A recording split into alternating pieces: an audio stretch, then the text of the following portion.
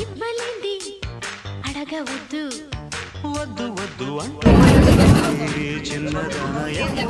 ఇచ్చేదన్నా తల్లి ముద్దు ఇచ్చుకుంటే చిన్నవాడ పెళ్లి దాకా ఆగవంట పిల్ల చాలే